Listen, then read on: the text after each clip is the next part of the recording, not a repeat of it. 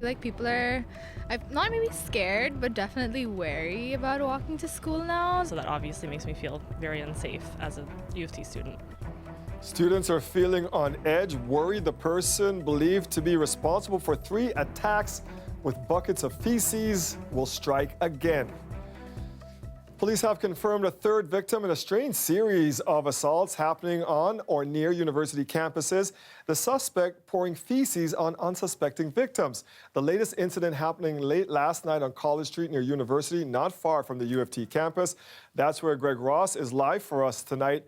And Greg, this is sick and obviously scary for people and students around these areas. It certainly is, Dwight. Absolutely, and those students are very concerned about what is happening right now. They feel that the man that is responsible for these attacks is targeting students. In fact, police have not confirmed if the latest victim was in fact a student, but it did happen not far from where I'm standing now on the University of Toronto campus, just on College Street. The concern is that, of course, these attacks, the other 2 attacks, happened on university campuses in the school libraries while students were studying. 3 victims in 5 days, 2 at the University of Toronto, the other at York University. And now students at both schools are feeling stressed and worried. The fact that something happened like that right here and it's so out of the blue. So now when I go and do the same thing, I'm starting to actually be on edge, and I usually feel very safe here. Definitely wary about walking to school now. Like, you know, I know a bunch of my friends are just like looking around them, making sure no one's like gonna come up to them. Today, police released another picture of the suspect in this string of attacks, seen here wearing a yellow hard hat with a blue coat, carrying a bucket in one hand and a clipboard in the other. In addition to seeing these images, students are also hearing details about the attacks. People heard him laughing as he did it, and that's just even more, I guess, scary. So Almost diabolical. Yeah, diabolical. I don't know who could dream up something like that, but I don't ever want to come face to face with them. And they certainly don't want to be doused with his bucket of feces. Feces is pure bacteria. Stool exposure. Dr. Iris Gorfinkel says victims of these attacks could be exposed to infections or even disease. So I imagine they're dumping it on my head. So from my scalp, if I have any open lesions, they're probably going to get infected. Into my eyes, I could get a conjunctivitis or worse, a keratitis, infections of the cornea. I mean, virtually anywhere that stool touches could be problematic in terms of infection. Students say they have enough on their minds right now without having to fear for their safety. I'm studying for exams. I have a billion different projects due at the end of the week, so I'm already focused enough on that. So it's bad enough that I have to now worry about this too. They want a safe space to do work, and if they feel like they don't have a safe space anymore because of this, then it's not good. Police have still not confirmed the identity of the suspect, but they did recover an orange bucket that they say was used in the latest attack last night. That bucket has been sent to forensics to be investigated. They say they want to determine if, in fact, it was feces that is in the bucket and if there was anything else, Dwight, that was in that bucket. It's a pretty clear picture. Somebody out there must recognize this suspect. Thank you for that, Greg. Take a look at this drawing. It appears to show 2 police officers beating a dark-skinned person with the writing, "My dad is my hero," and it was posted to a Facebook group called Durham Regional Police Friends. It's made up of mainly retired Durham police officers, and still ahead, we bring this drawing to the chief of Durham Police and got his emotional reaction. Here's a preview. Well, it disgusts me. Like it's repulsive.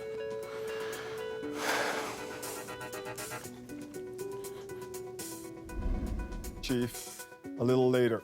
Ontario's public school teachers started their Work to Rule campaigns today after months of negotiations have yielded little progress, according to the unions representing them. Lisa Shing with more on the first day now of the Work to Rule. Teachers gather outside this Toronto school to send the province a message. To drive that message home, the province's public, elementary and secondary teachers started their Work to Rule campaign today. This phase is really focused on applying some pressure onto the Ministry of Education. We as teachers are looking out for the interests of our students, and I don't know that the government shares those concerns. They won't complete report cards, but will provide a list of marks. They also won't administer EQAO testing or participate in professional learning outside the school day. Teachers say it won't affect students, and parents are largely supportive. We know how hard they work, so we want to see them get the respect that they deserve. I guess if the teachers need to go on strike, they need to go on strike. A big question for elementary teachers heading into negotiations was whether the province would keep full-day kindergarten. Today, a clear answer from the education minister. We believe that the model is working, and there's no plan on my desk to change it. Stephen Lecce says the biggest hurdle is over a 1% cap on wage increases. Teachers say it's class size increases and mandatory e-learning requirements. Recently, the government scaled back on those changes. During question period, the NDP called on Lecce to reverse them completely. Will this government stop their spin, stop the attacks on teachers and education workers, and reverse their cuts? Hear, hear. Our aim under this government is to keep kids in class, to get good deals, as we did with CUPE, that ensure that children's education is never compromised in this province. Now, both elementary and secondary teachers' unions have talks scheduled for this week. Now, 3 of the 4 unions representing Ontario teachers have moved towards some kind of labor action. Catholic teachers have voted 97% in favor of a strike if necessary, but are not yet in a legal strike position. Lisa Shing, CBC News, Toronto. Still ahead, Linda O'Leary had alcohol on her breath the night of a fatal boat crash, but her lawyer maintains she wasn't drunk at the time of the crash. We have the search warrants that shed new light on the incident. More on that coming up in a few minutes. It was a busy day at City Council with sweeping plans to address poverty and housing getting big support. We'll get to that in a moment, since the meeting also marked the return of ousted Councillor Jim Karagianis. He fought in court to get his job back and won. City Hall reporter Lauren Pelly joins us live now with the latest. And Lauren, what was the scene with him returning after what's been a bit of a circus there at City Hall? Well, less than a month ago, Jim Karagianis was booted out of office, but today it was business as usual. He was back in council chambers. His nameplate was back up on his office door, and Mayor John Tory even put forward a motion calling for Karagianis to be reappointed to all the boards and committees that he was kicked off for a brief time when all of this went down. Now, this whole chapter opened up when the city clerk found that he had gone $25,000 over a campaign expense limit that was tied to hosting a party. Now, that raised a lot of questions about why he was spending this much money. And Karagianis, at this point, a judge has given him the green light to come back to work, but he's not out of the woods just yet. He still faces a compliance audit. What that means is he could still be found to be violating the province's Municipal Elections Act. And there's a punishment that could come with that, and that's being kicked out of office yet again. I caught up with the councillor today to see how he's feeling. Now he feels about the fact that this might not be over just yet. That's tomorrow. Today, I'm back. I want to thank the judge for reinstating me. I am looking forward to continuing the work that I'm doing for my constituents, done for my constituents for the past 31 years. And, one moment, 1 hour, 1 day at a time. All right, councillors also backed some major plans to tackle social issues today, Lauren. That's right. City staff during the meeting shared some quite striking numbers, with 1 in 5 Toronto adults, and even more shocking, 1 in 4 Toronto children living in poverty. With that in mind, Council backed a sweeping update to the poverty reduction plan. Now that involves offering more discounts to TTC fares, opening more after-school programs, and keeping libraries open longer so that people have more safe spaces to learn. Mayor John Tory spoke about that initiative today. It's a plan that will make real impactful change in our city and on the lives of our residents. There are people in the city in different areas that are thriving and prospering, but there are people in other areas of the city who are not. Now, Council also agreed to add hundreds of millions of dollars more to Toronto community housing in hopes of making sure all those units that thousands of people are living in are repaired and restored so they're livable for everyone who's in those buildings. But some say that with the budget process coming up, there's also a chance that these bold plans could still be derailed. Take a listen. I'm concerned about whether or not this will actually be able to reach the people that we say that we want to be able to provide supports to.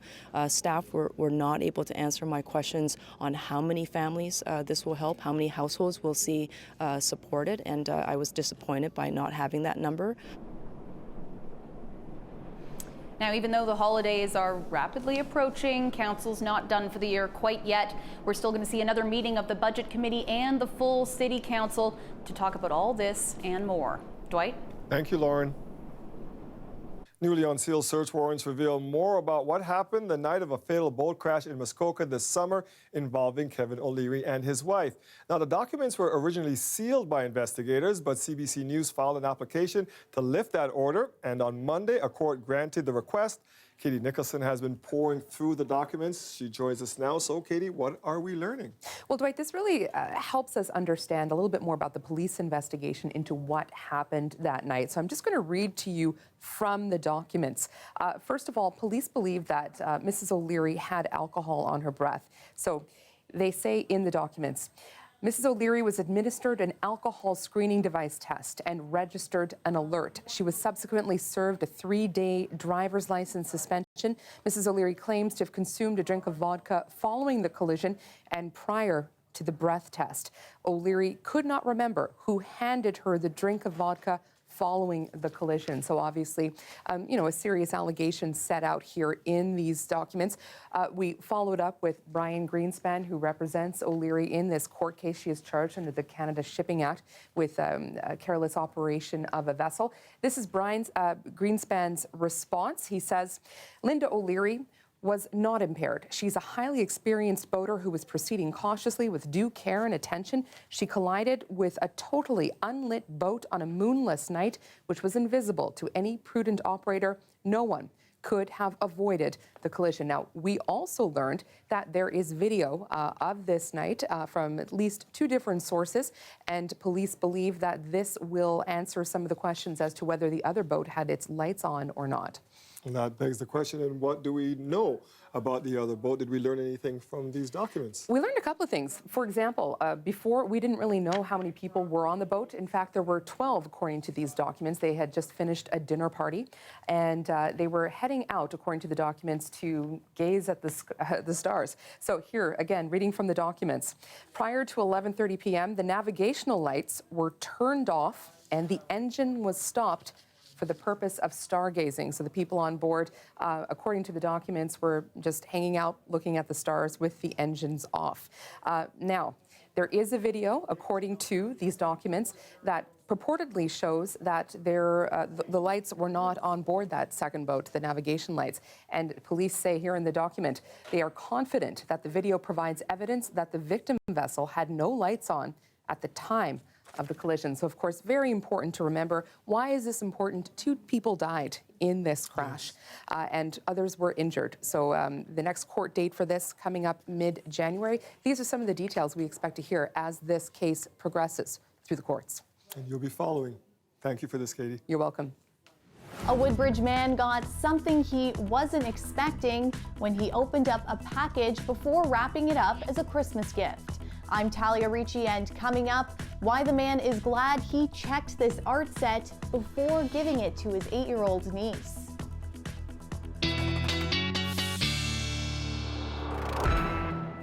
Colette, you promised today was going to be a 10. Was it a 10? Woo! It was an 11. Ah, nice.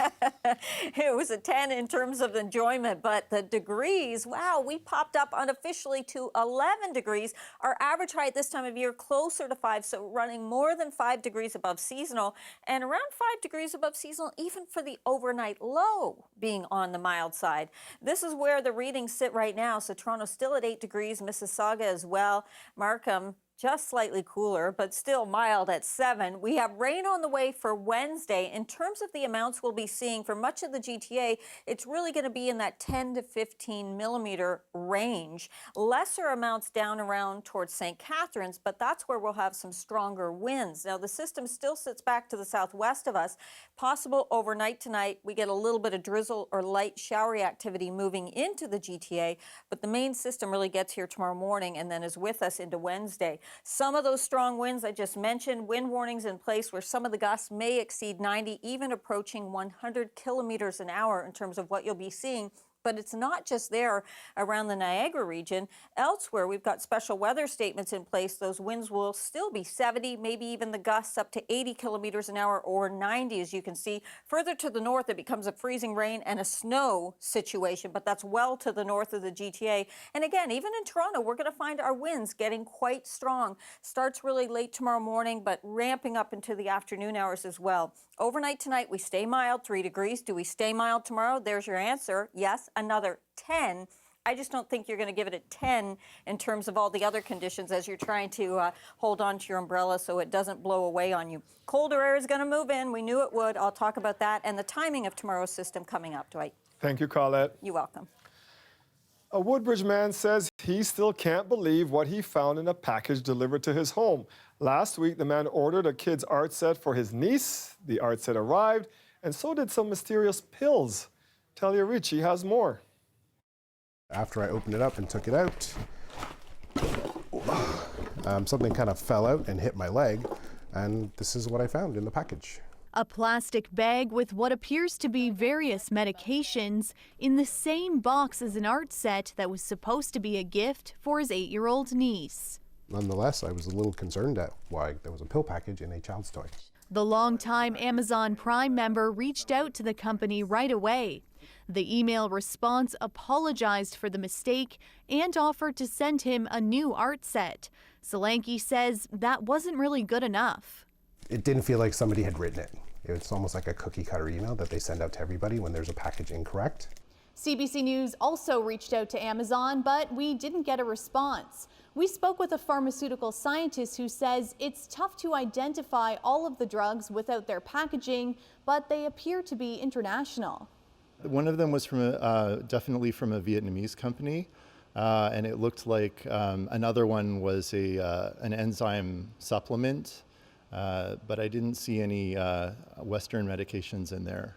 Dubin's guesses it was someone's daily medication that accidentally fell into the package. He stresses the importance of storing medications safely and especially keeping them away from kids. With medication, because children are so much smaller than adults, an adult-sized dose of even vitamins can be harmful to children. And that's what this uncle was worried about the most, and the reason why he chose to share the experience on social media. He says from now on, he'll be double-checking anything he orders online. I think what concerns me most is that if I hadn't opened it, maybe I'd given it to my niece and she had opened it thinking, oh, my uncle gave me candy as well with my gift, and she had digested it. What would the consequences been then? Talia Ricci, CBC News, Toronto. There is a new number worrying climate scientists, 3.2 degrees. That's how much Earth's temperature will rise by the year 2100 at our current rates. But there is hope if we act fast. The time is now and the opportunity is now. Scientists are looking ahead to next month's Madrid climate meeting. Still ahead, the drastic action they want Canada and other nations to take. Plus, I'm Nick Boisvert here at Queen's Park, where today the Ford government learned that they're facing a new lawsuit over their climate change strategy. What the Ford government has done has taken a bad situation and made it far worse. Coming up, we'll tell you about the 7 young people who are behind the challenge. Every time a species goes extinct, it feels to me like a color has fallen out of a rainbow. And I think I need to fight. The weather update is brought to you by Train, the most reliable heating and cooling brand. It's hard to stop a train.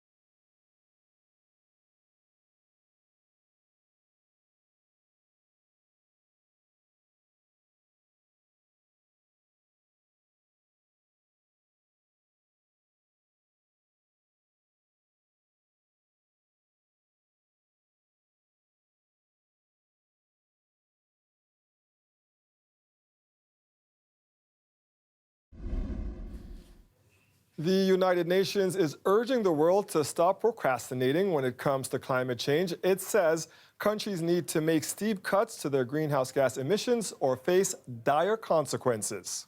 The predictions here says that we're aiming between 3 and 3.2 degrees, and that's really a world you don't want to experience. And I think being a grandfather also, you don't want to leave that for your grandkids. I mean, you'd be ashamed of yourself if you knew the trouble they'll get into.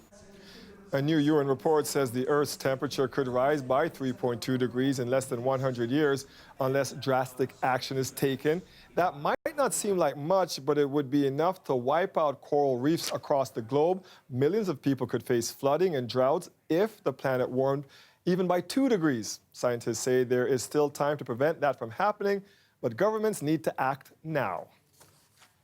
And a group of young people are suing the Ford government over its new climate change strategy. The legal challenge comes after Ontario scaled back its emissions targets. As Nick Boisvert reports, the group says the move makes it difficult to imagine a healthy future.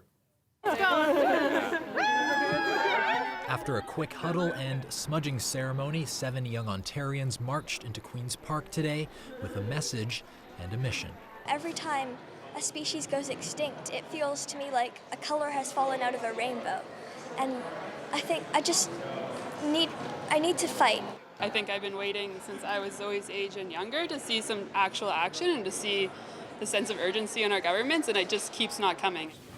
Today, the group revealed a new strategy to force the province's hand. We're very excited to tell you that this morning our legal team served the Ford government with a lawsuit challenging Ontario's inadequate climate target. The group alleges that Ontario's climate plan amounts to a violation of charter rights and that the Ford government is jeopardizing their health and futures. The lawsuit specifically calls out Ontario's new and softer emission targets. Under the previous Liberal government, Ontario was to reduce greenhouse gases 37% by 2030 and 80% by 2050. The PCs scaled that back to 30% for 2030 with a more recent baseline, and there's now no long-term target. The Ford government says the previous Liberal plan was ineffective, expensive, and a job killer. The new version, they say, will still meet important emission targets. In a statement, the Ford government added, "There's more than one way to fight climate change. Our plan considers our province's specific priorities, challenges, and opportunities." The young applicants say that isn't nearly good enough. Doug Ford is not doing enough to protect our future, it's just unacceptable, and he needs to be more ambitious with his climate plans. The day before she filed the notice, Sophie Mather had this message for her premier. I hope he's scared because we're youth and this is our future, and I hope he gets the message that we really care about this issue and he can't just do nothing. They're hoping the case will be heard by the end of next year. Nick Boisvert, CBC News, Toronto. CN rail trains will be rolling again tomorrow morning. A deal was struck between the country's largest railway and its 3,200 workers, ending the week-long strike. None of us wanted to be out of work. I mean, we're all losing money too. It's a sacrifice for ourselves, and it's a sacrifice for the public and the economy. But I mean, if we can move this along, I mean, we can go about our business, and hopefully we can make up what was lost. Employees walked off the job last Tuesday after contract negotiations failed. Workers had complained of long hours and fatigue leading to safety concerns. No trains meant shipments of oil, grains, and potash were halted across the country, sending Ontario and Quebec grain growers into panic and protest, fearing there wouldn't be enough propane to dry their crop. The terms of the agreement have not been released. Workers will vote on the deal in the coming weeks. Hopefully she's going to be the face of hope and inspiration and guidance for a lot of other women. After the break, we take you on a tour of a new women's shelter built in the name of van attack victim Anne-Marie D'Amico. Plus, we're live at an emergency shelter set up at York University where dozens of residents are still staying more than a week after a fatal fire near Jane and Steeles, and they may not be able to stay long. More details on that coming up.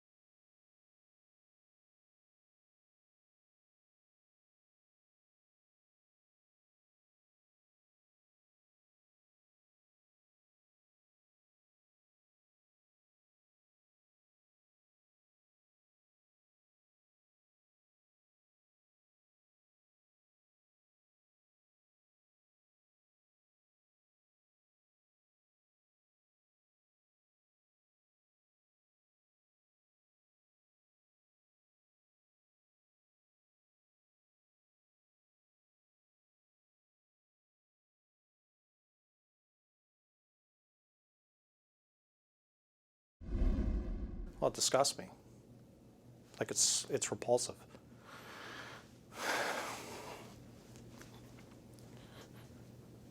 Shock and disappointment from the police chief in Durham Region tonight over an image that was posted on a private Facebook group made up of current and retired members of the force.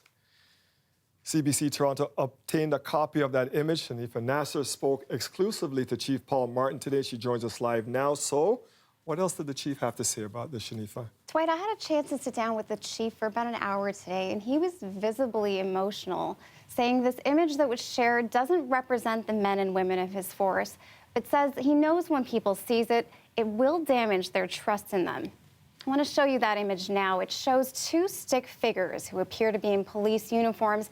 They're standing over another stick figure with a brown or black face. One is holding a gun, the other a stick. The caption reads, "My dad is my hero." This is posted in a private Facebook group. It's made up of current and retired members, but it's not an official police page. The person who shared this image with us said it was posted around the time of the DeFonte Miller trial, the young black man who was allegedly beaten by an off-duty police officer and his brother. I asked the chief today how it made him feel to know that some of his members could think that posting this image was okay. Here's what he had to say.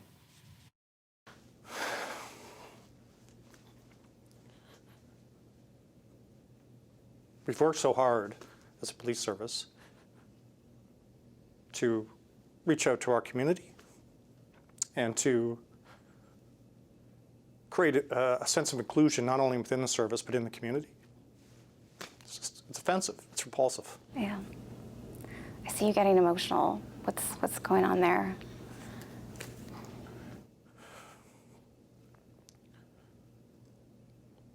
Well, I think of the reaction of some of my own members and some of the reaction from the community.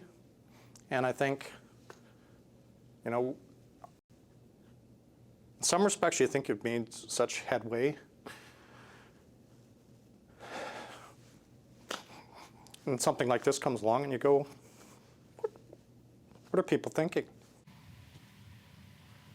You know, that service already going through some issues. It's clear that this has really struck a nerve with the chief there. So what do we know about what the service is going to do about this then? Well, the chief tells us that the post has been taken down. They say they're investigating and say the image was created in the U.S. several years ago and posted by a retired member of the force. What we don't know is whether the people who posted it or liked it are active members of the force or if they're retired. We do know if the chief has launched an investigation, and if anyone attached to the post is an active member, he says there will be disciplinary action. I've also spoken today to community members who expressed outrage. We'll be staying on this story and we'll bring you their reaction tomorrow. All right, we'll look forward to that story. Thank you for bringing this to us, Shanifa. Thank you. Residents displaced by a fatal fire near Jane and Steeles 2 weeks ago have only a few days to find new accommodations. 700 people left their apartment on Gosford Boulevard after a 5-alarm blaze, and now emergency shelters supports are about to expire. Taylor Simmons is live outside York University, where one of those emergency shelters is set up. And Taylor, first off, how are people doing? Well, I've spoken to a few people coming in and out. None of them wanted to be on camera, but they're doing as you would expect. They're trying to make do in an unfortunate situation, and we can't take you inside with the camera to show you what the living situations are like out of respect for people's privacy, but we could see that people are banding together. We did see a car stop by with some juice and snacks, bringing them into people, but what's on people's minds tonight is a visit coming from Mayor John Tory in about an hour, and they really want to ask him some questions about what's going to happen with their situation moving forward. But before I get to that, I just want to remind you about how this situation all got started. So fire crews got called to an apartment on Gosford Boulevard on November 15th. It was a 5-alarm blaze starting on the 8th floor, and it killed one person and injured 6 others. Toronto Fire hasn't released an official cause, and since then, some residents have been allowed back to get some items from the lower floors, but it's unclear when the building will be ready for anyone to move back back in officially. So many people have been forced to stay in shelters. And as of this weekend, we knew there were about 34 people staying here at the one behind me. But here's the hitch. Emergency shelter support is only provided by the city for 14 days after a major incident. So that means this shelter will close down on Friday. And then it goes back to the building's management to provide supports for these people. I did get an emailed statement from Ron K Management Inc. this afternoon, and they told me we are working with city officials and the mayor's office on reasonable solutions to address this crisis. So while that all gets sorted out, a group was outside City Hall this afternoon fighting for more rights for tenants so these situations don't happen again. They want rent safe to be improved. It's like dine safe for renters. And the city does have some policies in place right now when it comes to service requests being done on time, cleaning, but they want more supports. And here's what they had to say.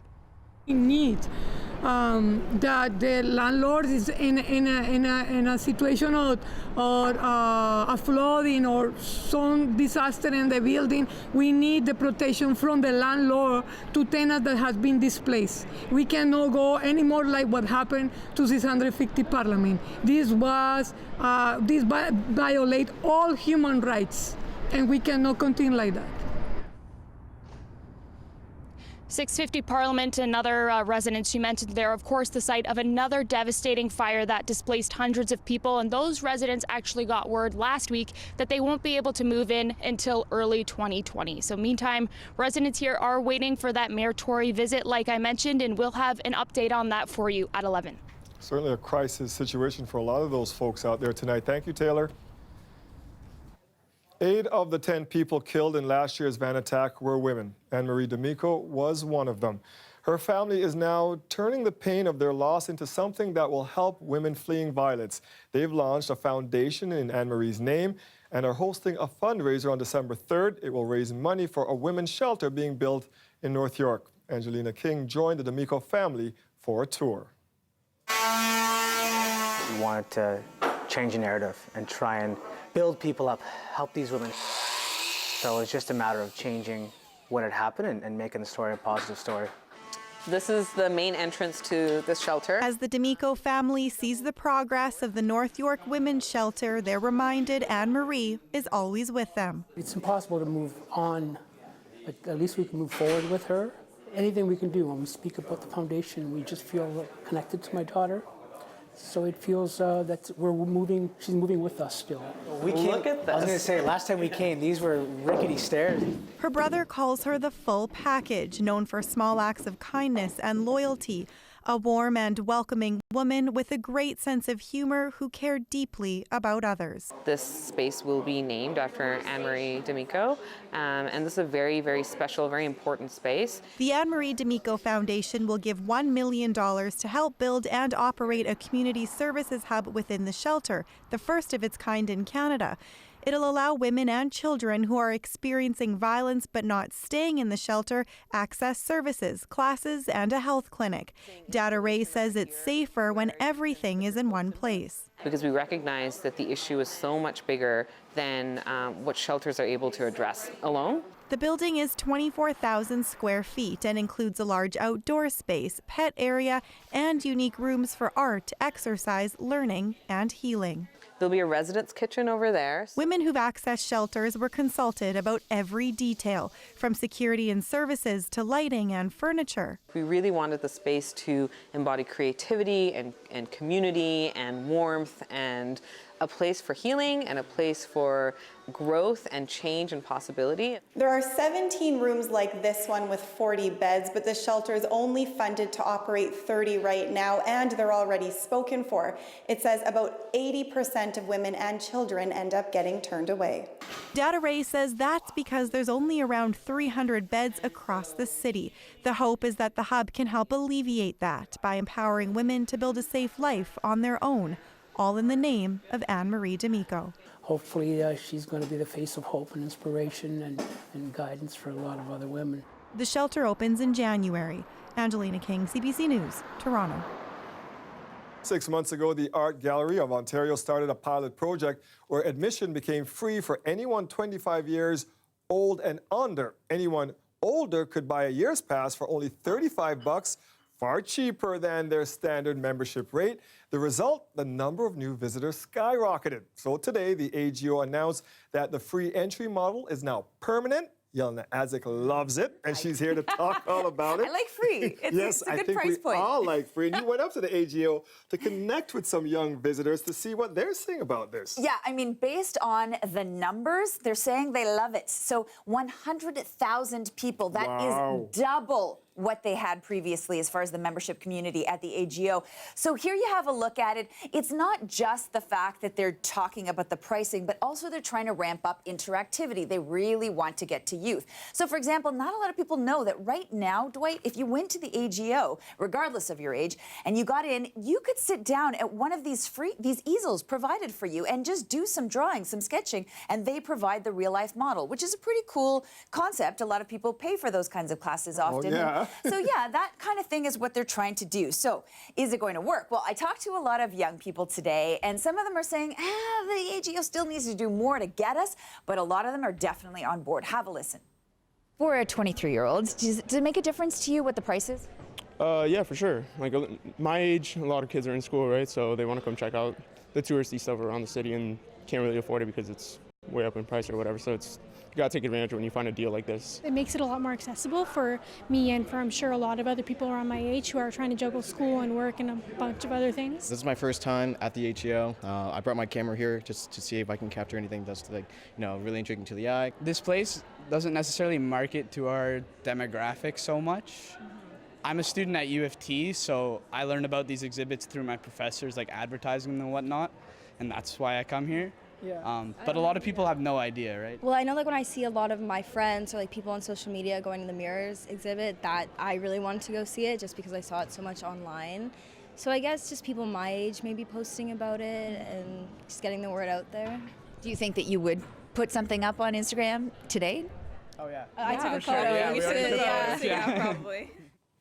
Yeah, so they were talking about the Mirrors exhibit. This is the Kusama, really, really cool. But then something like today, what's happening, they have the early Rubens exhibit. I can give you a quick look at that. And these are special exhibits. Normally, it costs you more to get into that. So this is also included under that free pricing or the $35 pass. So again, they are really going a far ways to try and save you money.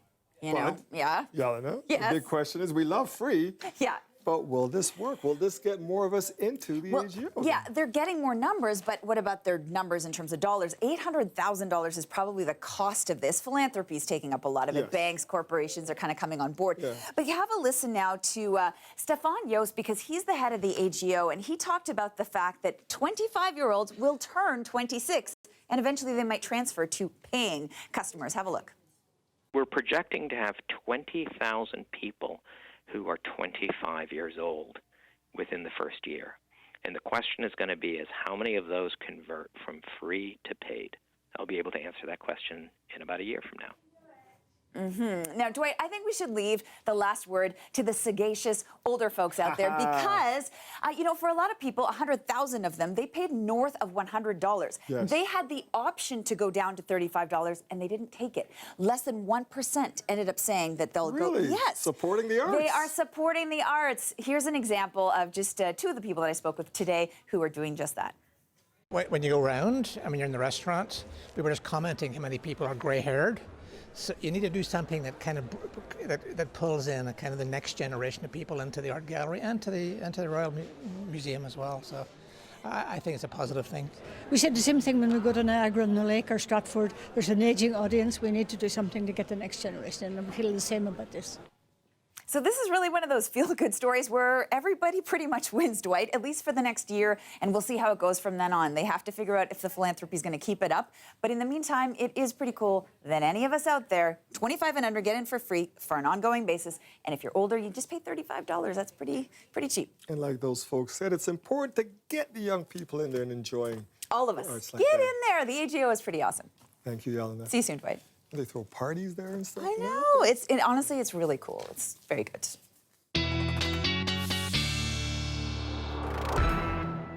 Don't know if you heard Yelena there, Colette, but since we're 25 and under, we get into the AGO for free. I know. Isn't that exciting? There you go. I love it. And I love the AGO, and I heard you mention the parties. Yeah, that's nice, too. Yeah, it's not much of a, well, okay, temperature-wise, it's a bit of a party, but not so much in terms of what's happening with our weather in terms of rain and wind that are coming in for Wednesday. So earlier in the show, I was showing you some of the special weather statements and some of the warnings due to the winds. So we'll go into that a little more, but it is going to be a rainy day, and that's why some of that rain going sideways. And Thursday, the temperatures are going to drop somewhat dramatically, in fact. But let's start off with a look at those winds, and these are the gusts. So the sustained winds will be strong, but some of the wind gusts even stronger. The warnings down around the Niagara area where they may even go out to 90 or even 100 kilometers an hour, some of those winds tomorrow. But even Hamilton, you're looking at 70, over 75. And for the city, we may see those winds up to 60 or even a little bit stronger at times. And then overnight, as we go Wednesday evening into Thursday morning, they will back off. But it's going to be a breezy day through tomorrow. Now, the temperatures currently, we're still holding on. After an unofficial high of 11 degrees at Toronto, we're holding on at 8 degrees. Overnight, we are going to fall down towards around 3 degrees or so, but it'll stay mild in southwestern Ontario, where the next system already making its way in. We may get a little bit of light drizzle coming in through the overnight tonight, but primarily that rain comes in tomorrow morning as the warm front comes in. You can see how tightly our isobars are wound up here so close together. That means those strong, strong winds. As the cold front then pushes through southwestern Ontario, may even see a thunderstorm tomorrow morning. But for us, we're just looking at times some heavier rain, 10 to 15 millimeters. Then it gets weaker as we go later on into the evening hours and lightens up. A few flurries possible on the backside with that colder air moving in. But then we get into some clearer skies as we go into Thursday and some sunshine. Temperatures then overnight tonight are going to be allowed to fall off, but still running 5-6 degrees above seasonal. Tomorrow, mild again, but it comes at a price with rain and with wind. And we pay that price for the mild air into Thursday, Friday, Saturday as the temperature falls off. And at the end of the weekend, Dwight, a chance for a snowstorm to be coming our way. I guess you had to tell us. Thank you, Colette. You're welcome. Coming up next, is Canada's visa application system discriminatory? If this trend with Canada continues, then we might as well not bother because you already know the answer before it happens. We've crunched the numbers, and they show that applicants from Africa have more difficulty securing permission to visit our country than do travelers from any other continent. More on that after the break.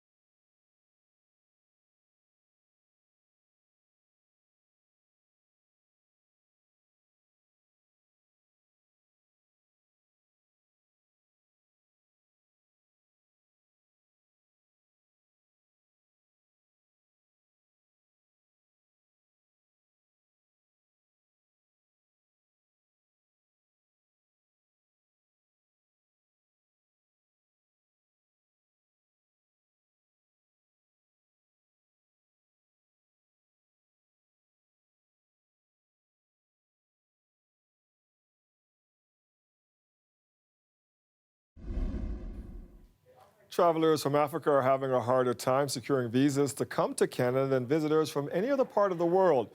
CBC News analyzed government data obtained through an access to information request. African scholars say they are missing out on important conferences in Canada because their visas are being rejected. Ithil Musa has more. Akintayo Jabbar was working as a software developer and data engineer in Nigeria when his temporary resident visa application was denied. He had planned on attending a workshop at an artificial intelligence conference in Montreal last year. Jabbar had provided Canadian officials with proof of his employment and his financial situation, but he was still refused entry. It's a common story, he says, for many Africans. If this trend with Canada continues, then we might as well not bother because you already know the answer before it happens. At the end of the day, it starts to feel like institutional racism. According to an analysis of government data, the average temporary resident visa approval rate for all countries has fallen since 2015, but Africa's average approval rate has sunk the lowest, with now just over half of all Africans being admitted. Tejumade Afonja had her visa application rejected 2 years in a row. She says not being able to attend denies her a valuable networking opportunity. Nobody knows you where you are in your corner, like where you're doing your research. And if you are able to push your work to big conferences like this, you increase your reach, your visibility, you're able to connect, you're able to share your work. The organizers of this year's Black in AI workshop say about a third of African participants had their visa applications denied out of fear they will not leave Canada. They work at IBM or tech companies in Africa. They have no interest in violating the rules of their visa or their stay. Organizers of the Black in AI workshop say they're working with immigration officials to help Africans who want to come to the Vancouver conference next month get visas. Meanwhile, in an email, IRCC says there's absolutely no discrimination in its visa assessment process and that decisions are made carefully and consistently. Ithil Musa, CBC News, Ottawa. The coach of the Calgary Flames is under fire tonight after allegations of using racial slurs. We'll have the very latest on that after the break.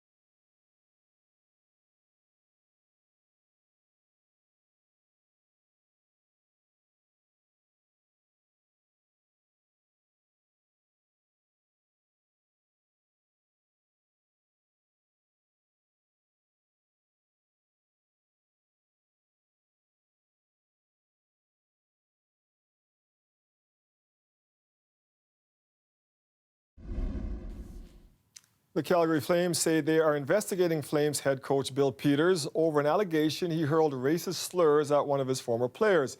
That charge first came to light yesterday in a series of tweets by the former NHL player Akeem Alou, who played for Peters a decade ago in the American Hockey League.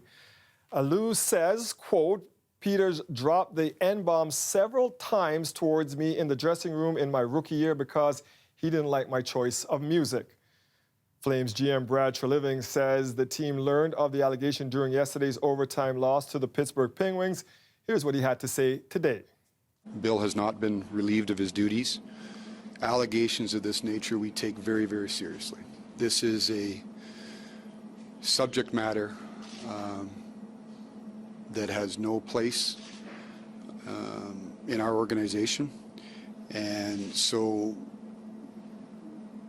the magnitude and the seriousness nature that we take this allegation is very high.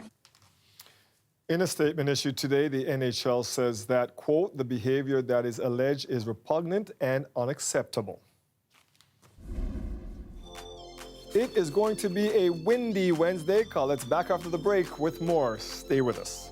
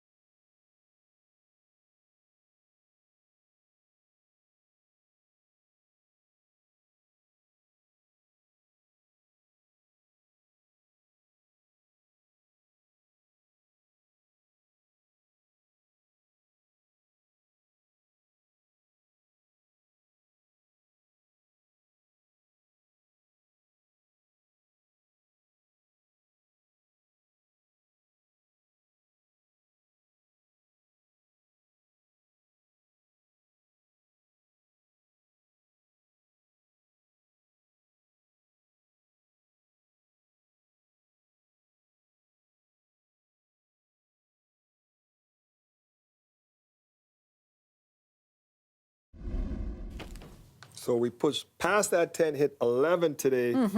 That's it, folks. Count. Then we're done. We're just counting down from here. Come on. Yeah, well, we still stay mild into Wednesday, but you're right. It's not like it was today, that's for sure, because the rain moves in.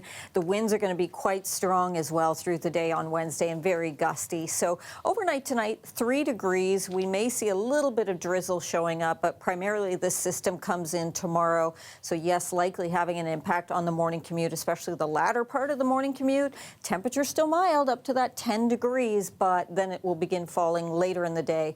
Look at, even for the city, we may see some of those winds exceeding the gusts anyway, exceeding 60 kilometers an hour. So a blustery day on tap, and then some colder air moves We'll in. take you. Thank you for not mentioning the snow that's coming. That's it for Really? us tonight. Oh, It's yeah. coming. Sunday. Likewise has your next local news at 11. Good night, everybody.